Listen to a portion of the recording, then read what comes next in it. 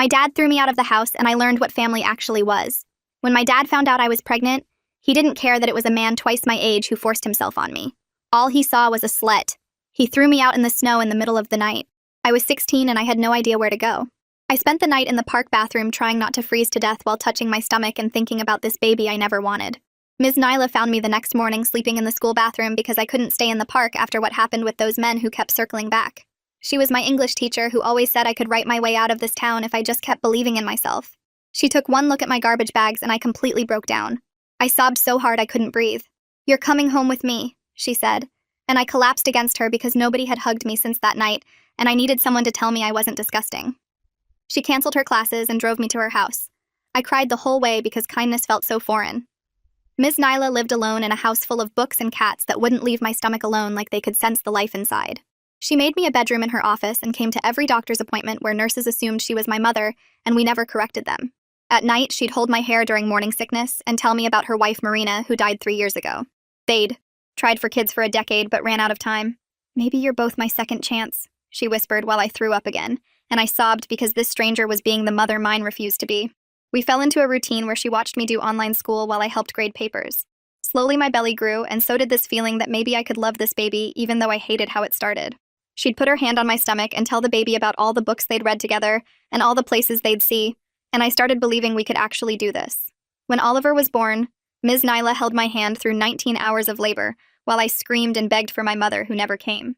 My parents ignored every call from the hospital. She cut his cord and was the first to hold him after me. We both cried when he grabbed her finger with his tiny, perfect hand. "Can he call you Grandma?" I asked, and she sobbed yes while kissing his tiny head. We went home together and built this strange, beautiful life in her little house. She taught him songs in different languages, while I taught him to laugh at my silly faces. He took his first steps reaching for her glasses, because they sparkled in the light. He said Mama to me and Nana to her, and I finally understood that family was about choosing each other every single day. We were happy in a way I never thought possible after everything that happened.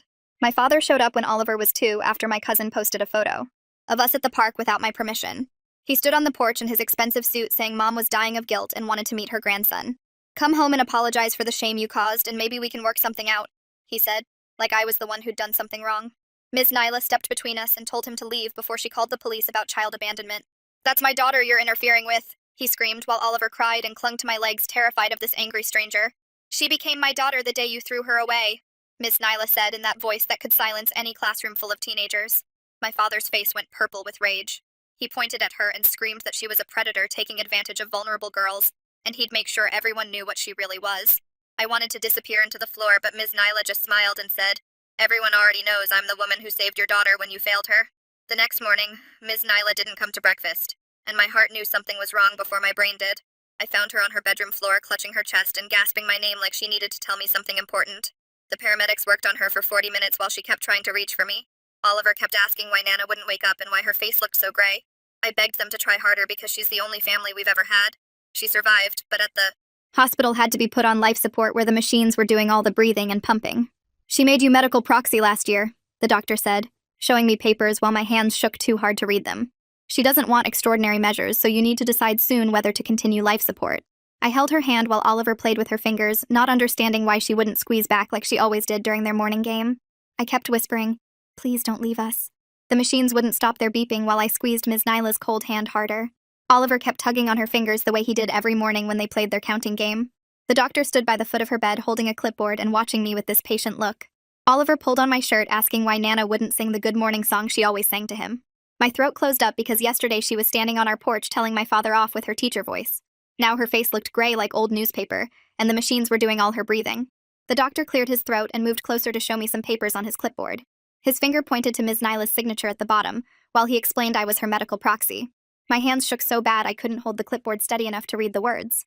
The paper said something about no extraordinary measures in her neat teacher handwriting that I'd seen on hundreds of my essays. He told me we didn't have to decide right away, but we should honor what she wanted. Oliver started crying because he was hungry and scared of all the beeping sounds. A woman walked in with a soft voice and introduced herself as Constance Parker, the social worker. She had this thick folder under her arm and suggested we go somewhere quieter to talk. She found us a small room down the hall with some toys for Oliver to play with. While he stacked blocks, she explained what being a medical proxy meant and handed me pamphlets about hospital services. Her calm way of talking made my chest loosen just a little bit. She said she'd be here to help us through everything and wrote her number on a card. Dr. Wesley Wong knocked and came in to explain what happened to Ms. Nyla's heart and brain. He sat down across from me and used his hands to show how her heart stopped pumping blood for 40 minutes. The paramedics got it started again, but her brain went without oxygen for too long. He wanted to run more tests tomorrow to check her brain function better. Oliver kept pulling on my sleeve, asking when we could go back to Nana's house for lunch. Dr. Wong's face stayed gentle while he warned me that 40 minutes without oxygen usually meant bad damage. The ICU had rules about kids not being allowed, but the nurses let Oliver stay. He wouldn't eat his crackers unless he could see Nana and kept crying every time we tried to leave. I had to keep him busy with coloring books well. Doctors kept coming in with more information. Constance said she could arrange volunteers to watch Oliver during important meetings if I needed. That night, I sat in the hard plastic chair next to Ms. Nyla's bed holding Oliver. He finally fell asleep against my chest with his thumb in his mouth. I kept thinking about that first night 3 years ago when she brought me to her house. She made me chamomile tea and let me cry for hours without asking any questions. She just kept saying, "You're safe now," over and over until I finally believed her. Now I was the one whispering those same words to her still body under all the tubes. Oliver shifted in my sleep, and I realized we were basically orphans without her. The fear from yesterday kept washing over me in waves that made my hands shake. My father's purple face screaming that Ms. Nyla was a predator kept playing in my head. His threat to tell everyone what she really was made my stomach twist into knots. Constance must have noticed my breathing getting weird because she asked if there were safety concerns. I told her about my father showing up yesterday and what he said about Ms. Nyla. She wrote something on her clipboard and said she'd put a note in the system right away. That night, after Oliver finally went to sleep on the little cot they brought, I read Ms. Nyla's papers. The advance directive spelled out everything in legal words about ventilators and feeding tubes. My eyes kept getting blurry reading the part that said no. Artificial life support if there's no hope. She'd written a personal note at the bottom in blue pen. It said she watched Marina suffer on machines for 3 weeks and never wanted that. The weight of everything crashed down on me all at once in the hallway. I couldn't breathe and my chest felt like someone was sitting on it. Constance found me bent over by the vending machines gasping for air. She showed me how to breathe in for 4 counts and hold it. She kept her hand on my back saying I wasn't alone in this. She gave me a paper about grief that I shoved in my pocket without reading. The next morning, this older woman named Betty showed up wearing a volunteer vest. She said she could take Oliver to the playroom while I met with the doctors. I didn't want to let him go with someone I didn't know, but I needed to actually hear what the doctors were saying without him pulling on me. Betty had this soft grandmother way about her that Oliver seemed to like. He grabbed his favorite book that Nana always read him about the hungry caterpillar. Betty promised they'd read it together and maybe do some puzzles. I watched them walk down the hall with my heart pounding, but I had to trust her. Constance was already waiting for me in a small meeting room down the hall with papers spread across the table, and a man in a wrinkled button-down shirt sitting next to her. He stood up when I walked in and stuck out his hand, while Constance explained this was Dave Gutierrez from Legal Aid, who could help me understand everything. His handshake was firm but gentle, and he had these deep lines around his eyes that made him look like someone who'd seen enough hard stuff to not judge anyone. He pulled out a yellow legal pad covered in notes and started going through the basics of medical proxy authority, while I kept glancing at the door worried about Oliver. Dave explained that my job wasn't to decide what I wanted for Ms. Nyla, but to make the choices she would make for herself based on what she'd told me and written down. He showed me copies of the advance directive again and walked through each section slowly, while I tried to focus on the words instead of the way my chest kept getting tighter. When I asked about my father and whether he could take Oliver, Dave's whole face changed and he leaned forward with his elbows on the table. He said my father had absolutely zero legal claim to Oliver since he'd thrown me out when I was pregnant and never established any relationship with his grandson. The medical proxy designation was ironclad too, since Ms. Nyla had done everything properly with witnesses and notarization. He mentioned there might be estate issues if something happened to Ms. Nyla, but we'd handle that when we needed to. The relief hit me so hard I started sobbing right there in that little room while Dave pushed a box of tissues across the table and Constance rubbed my back. After I pulled myself together, I told Dave I needed another opinion on Ms. Nyla's brain function before I could even think about making any decisions. He nodded and said that was completely reasonable and actually showed I was taking my responsibility seriously. We walked back to the ICU where Dr. Wong was checking Ms. Nyla's monitors, and I asked him directly for a second neurological assessment. He didn't hesitate or act annoyed, just said he understood completely, and would schedule it for tomorrow morning with their best neurologist. He even said I was being thorough and responsible, which made me feel slightly less like I was drowning in decisions I wasn't old enough to make. Oliver came running back from the playroom with Betty holding a picture he'd drawn of him and Nana reading books together. He climbed into my lap and asked if the doctors were going to fix Nana's broken head, while pointing at all the machines around her bed. I told him they were trying their best while Betty quietly slipped out with a gentle squeeze to my shoulder. The next morning started with my phone ringing before Oliver even woke up. The woman on the other end said she was from the school district's HR department, and they'd received a complaint about inappropriate conduct between Ms. Nyla and a student. My whole body went cold because I knew immediately this was my father trying to destroy her even while she was dying. The HR lady sounded skeptical and kept saying things like, "We have to investigate any complaint, and this is just procedure." but I could tell she thought it was garbage. She said someone would need to come interview me at some point, but for now they were just doing preliminary fact-finding. I hung up and wanted to throw the phone across the room, but Oliver was stirring in his hospital cot. That afternoon, everything got worse when Oliver's forehead felt hot during lunch and he started crying that his tummy hurt. The ICU nurse checked his temperature and it was 101.4, which meant we needed to go to the pediatric emergency department right away. I had to leave Ms. Nyla alone with all her machines while I carried Oliver down 3 floors to pediatrics, where they made us wait 40 minutes before a doctor could see us. Oliver kept crying for Nana to kiss his forehead and make the owies go away like she always did when he was sick. The pediatric nurses were kind but busy, and it took forever for them to determine it was just a mild virus, probably from stress in the hospital environment. They gave him some medicine for the fever and told me to keep him hydrated while I sat there torn between needing to be with him and desperately wanting to be back with Ms. Nyla. We made it back to the ICU by evening, where Dr. Wong was waiting with another doctor I hadn't met before. They'd done the second neurological exam that morning while I was dealing with Oliver's fever, and now they had the results. Dr. Wong's face told me everything before he even opened his mouth, but he still explained carefully that the tests showed significant anoxic brain injury with minimal brain activity. Requested Reds is on Spotify now. Check out link in the description or comments. The other doctor showed me the scans on his tablet and pointed to all the dark areas where Ms. Nyla's brain tissue had been damaged from lack of oxygen.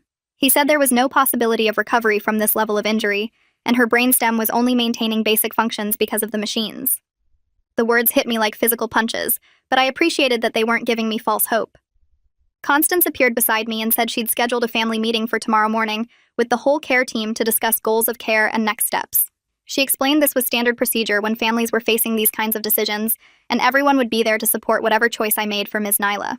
That night, I sat next to Ms. Nyla's bed, holding her hand, while Oliver slept fitfully in his cot, still warm from the fever. I told her about his temperature, and how he kept asking for her kisses, and about the stupid HR complaint that we both knew was my father's doing. I pulled out a notebook from my bag and started writing her a letter with all the things I'd never gotten to say properly. The words came out messy and tear-stained, but I wrote about how she saved my life that morning in the school bathroom and became the mother I'd needed. I wrote about how Oliver would always know his Nana was the bravest woman who chose us when nobody else would. My voice cracked and broke as I read it out loud to her still form while Oliver colored with crayons on the floor beside us. 2 of Ms. Nyla's teaching colleagues showed up quietly with a cardboard box while I was reading. They didn't say much, just squeezed my shoulder and left the box on the chair before slipping out. Inside were dozens of cards from her students and fellow teachers with messages about how much she meant to them. Oliver got excited seeing all the colorful drawings and started pulling them out one by one to look at the pictures. Dave came back that afternoon with more papers and a serious expression. He said given my father's escalating harassment with the confrontation, and now the HR complaint, we needed to file for a no-contact order immediately. He'd already started the paperwork and showed me where to sign while explaining that the pattern of behavior would make judges take this seriously. I signed everywhere he pointed while Oliver played with Dave's pen cap, grateful someone with a clear head was thinking about protecting us when I could barely think straight at all. Constance came back while Dave was still sorting papers and saw me staring at the hospital billing statement that had already started arriving. The numbers made my stomach drop because even one day in the ICU cost more than I'd ever seen in my life. She sat down next to me and pulled out a different folder, explaining that the hospital had charity care programs for situations exactly like mine. We spent the next hour filling out forms while Oliver played with the buttons on the hospital bed, with Constance helping me list my tiny income from online tutoring and showing me where to write that I had 0 savings. She kept reassuring me that Ms. Nyla's insurance would cover most of the medical costs, and the hospital wouldn't let me drown in debt over this. The relief made me cry again because I'd been imagining losing everything on top of losing her. That evening, my phone started blowing up with notifications from people I hadn't talked to since high school. Someone showed me my father's post on the town's Facebook community page where he'd written this long thing calling Ms. Nyla a predator who groomed vulnerable girls. He said she'd taken advantage of me when I was homeless and pregnant, twisting everything good she'd done into something sick. The comments were already piling up, with some people defending her as the best teacher they'd ever had, while others who didn't know her were buying his lies and calling for investigations. I wanted to type out the truth about how she saved us, but Dave grabbed my phone and said absolutely not. He explained that anything I posted could be used against us later, and we needed to stay quiet for legal reasons, even though it killed me to see her name dragged through mud while she lay dying.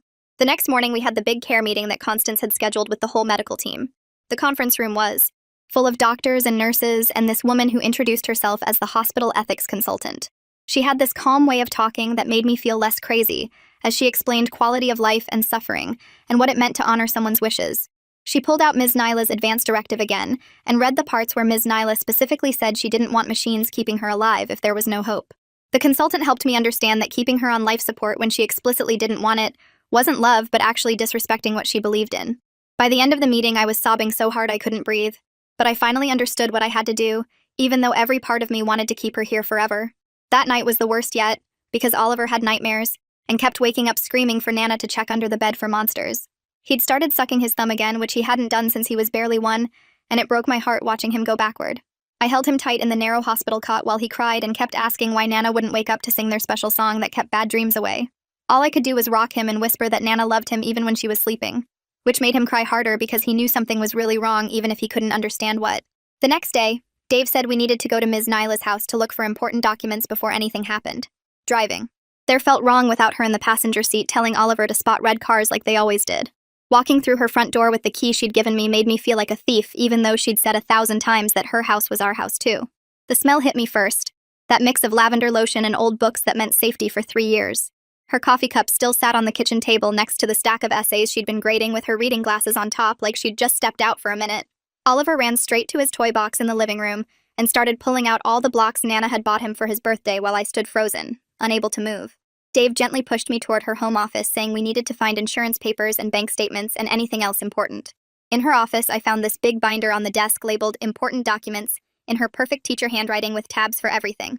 Insurance policies, bank accounts, the house deed, all organized with sticky notes explaining what each thing was like. She knew I'd need help understanding it all. At the very back was a sealed envelope with my name written on the front that made my hands shake, so bad I could barely open it. Inside was this long letter in her handwriting talking about how Oliver and I had become the children she and Marina always dreamed of having. She wrote about how that morning she found me in the school bathroom was the day her life started making sense again after Marina died. She said watching me become a mother despite everything that happened had been the greatest privilege of her life. The letter ended with her saying she knew I was strong enough to take care of Oliver no matter what happened, and that she'd always be proud of her daughter, even if the law didn't recognize it that way. I sat on her office floor sobbing while Oliver played in the next room, clutching this letter that felt like goodbye. Dave sat down next to me and started going through the binder page by page, explaining what everything meant in simple terms I could understand. Ms. Nyla had left everything to me and Oliver in her will, but there was still a mortgage on the house from when she refinanced to pay for Marina's cancer treatment. He showed me the statements with all these medical debts and credit cards I never knew about because she never wanted us to worry about money. The probate process would take months, he said, and we might have to sell the house to pay everything off. The thought of losing her house on top of losing her felt like too much, but Dave said we'd figure it out one step at a time. Back at the hospital, Dr. Wong was waiting with a new proposal that made my chest tight. He wanted to reduce Miss Nyla's sedation tomorrow morning to do one final test for any response to stimulation. He was careful to explain this was just to be absolutely thorough, and we shouldn't expect any improvement based on all the previous tests. But he understood I needed to know we'd tried everything possible before making the final decision. I agreed immediately because even though I knew what the outcome would be, I needed to see for myself that she really wasn't in there anymore. The test day came and they slowly reduced her medications while Dr. Wong and 2 other doctors watched the monitors. Oliver sat on my lap playing with his toy car, making vrooming sounds while we waited for any sign that Ms. Nyla could hear us. Dr. Wong called her name loudly and shined lights in her eyes and squeezed her nail beds to check for pain response. Her eyes stayed unfocused, staring at nothing even when he moved his hand in front of her face. He asked her to squeeze his hand and her fingers stayed limp. Her pupils didn't react right to the light, and there was no response to any of the painful stimuli they tried. After 30 minutes of testing, Dr. Wong put his hand on my shoulder and said what I already knew but needed to hear. There was no meaningful brain function left and Ms. Nyla wasn't going to wake up. The machines were keeping her body alive, but she wasn't really there anymore. Oliver looked up from his car and asked if they fixed Nana yet, and I had to tell him no, while trying not to completely fall apart. That afternoon, Constance brought in this woman who specialized in grief counseling for young caregivers. We sat right there next to Ms. Nyla's bed while this counselor validated how impossible this whole situation was for someone my age. She said it was okay to feel angry and scared and overwhelmed all at the same time.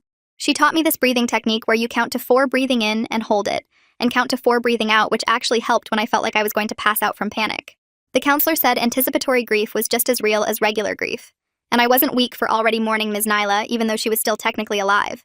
She gave me permission to feel everything I was feeling without judgment, and promised it was normal to wish someone else could make this decision for me. My phone rang while I was walking back to Ms. Nyla's room, and I almost didn't answer the unknown number. My mother's voice came through small and broken, asking if it was true about Ms. Nyla being in the hospital. She said she heard from my cousin who saw the Facebook post and she wanted to see Oliver and maybe we could work something out. Her words mixed apologies with conditions about coming home if I'd just say sorry to Dad for the trouble I caused. She asked if we could meet somewhere without him knowing because he'd be so angry if he found out she called. The conversation made me want to throw my phone at the wall because even now she couldn't just be my mother without strings attached. I told her she could only meet Oliver if my father had nothing to do with it, and we'd meet in a public place with other people around. She agreed, but her voice shook with fear about going behind his back, and I realized she was still as trapped as I used to be before Ms. Nyla saved me. We set up a meeting for next week at the park if she could get away without him noticing. The HR person from the school called right after and said their investigation found nothing wrong, and lots of teachers wrote statements about how professional Ms. Nyla always was.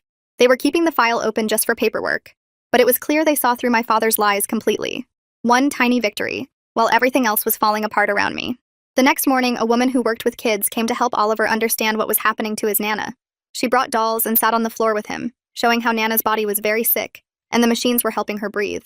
Oliver watched her move the dolls around and seemed to get that Nana couldn't wake up, but he kept asking if she'd be better tomorrow.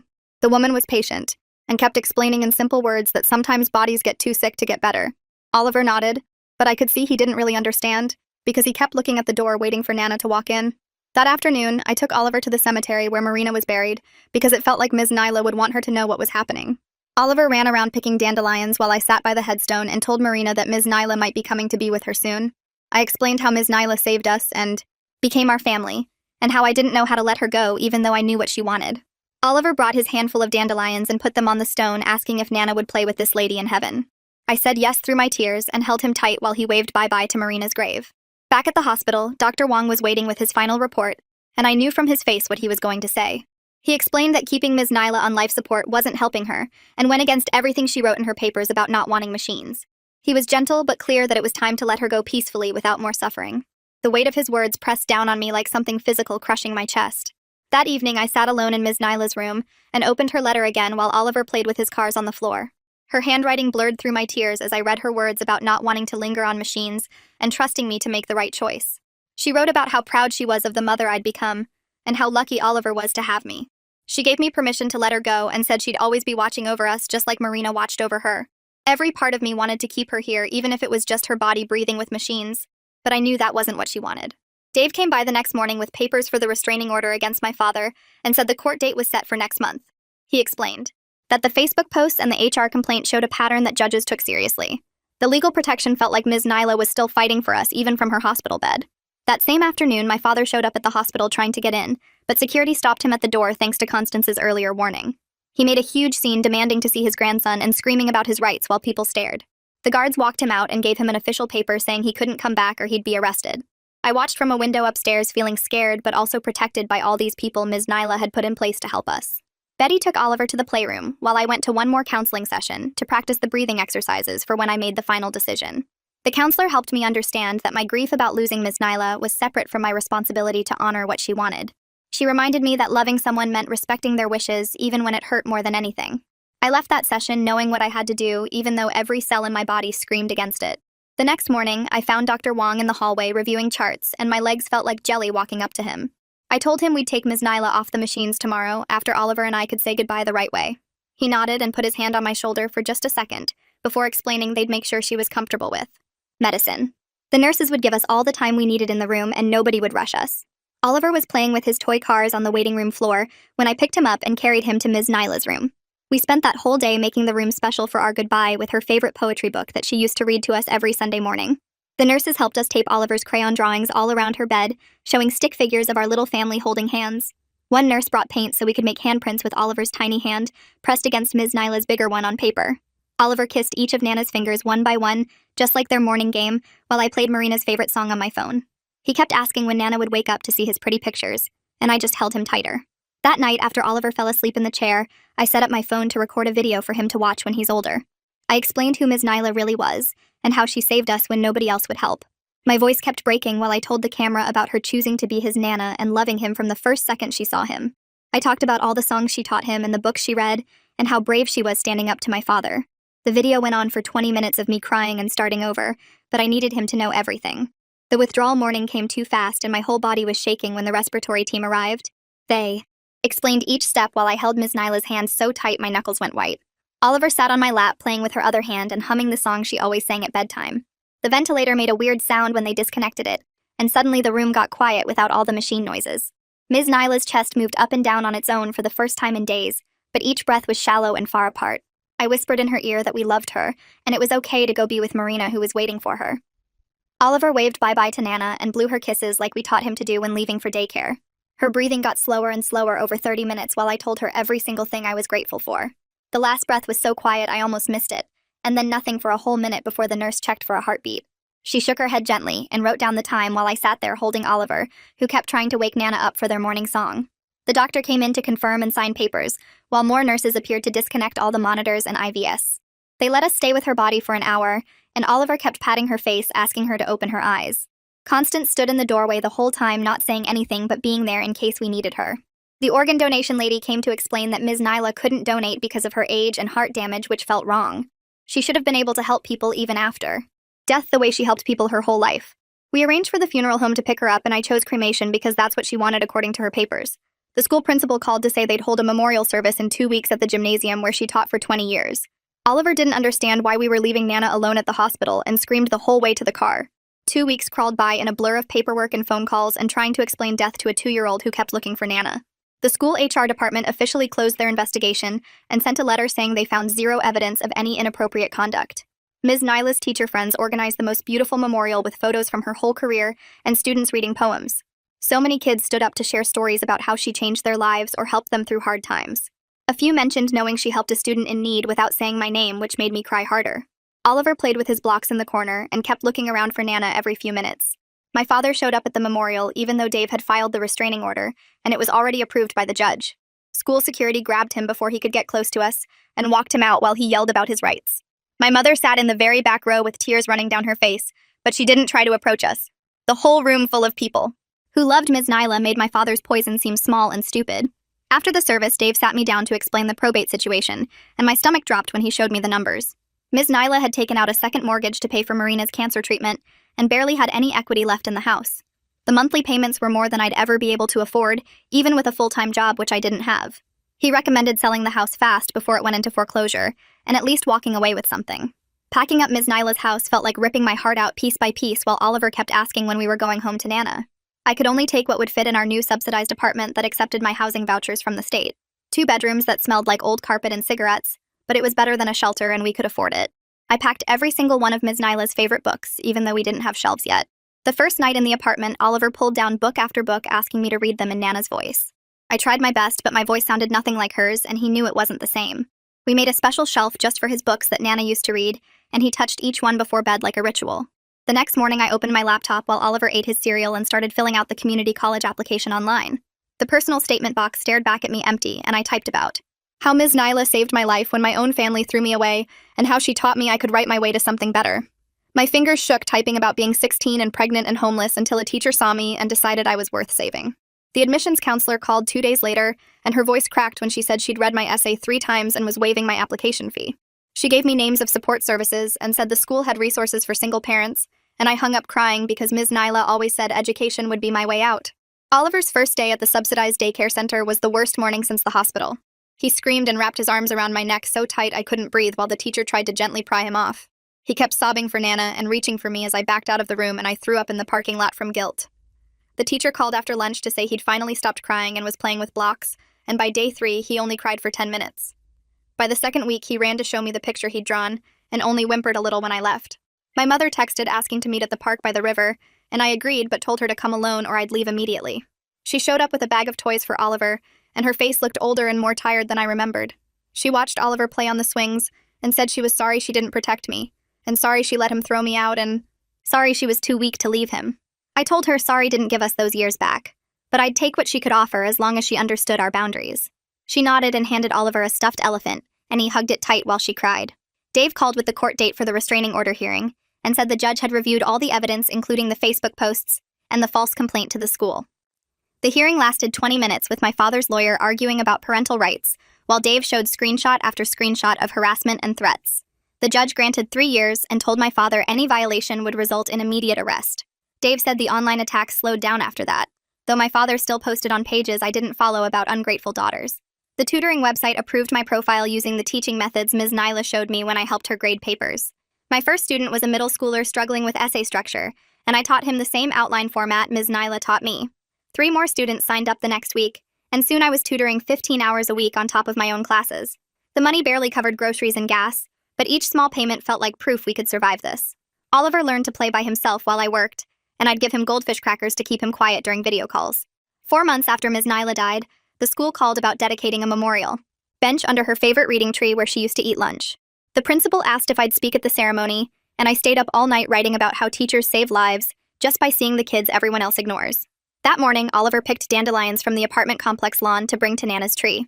I stood at the microphone with Oliver on my hip and read about Ms. Nyla taking in a pregnant 16-year-old that nobody wanted and giving her a family. The whole English department was crying, and several students came up after to say she'd help them too. Oliver put his flowers on the bench and patted it like he was petting it. Our bedtime routine became sacred, with Oliver pulling down one of Nana's books and climbing into my lap, while I read in my voice that would never sound like hers. We'd look at her picture on his dresser, and he'd tell it about his day at daycare, and what he ate for lunch, and which kid pushed him on the playground. Sometimes he'd ask when she was coming back, but mostly he'd wave and say, "Night-night, Nana." The grief sat heavy in my chest every single night, but so did the memory of her voice telling me I was stronger than I knew. That last night, I lay in our tiny apartment listening to Oliver's breathing and the neighbors arguing through the thin walls and the sirens in the distance. My whole body ached from exhaustion, but we'd made it through another day, and tomorrow we'd make it through again. Oliver had started saying Mama more clearly. That week, and each time I heard it, I remembered Ms. Nyla's joy when he first said Nana.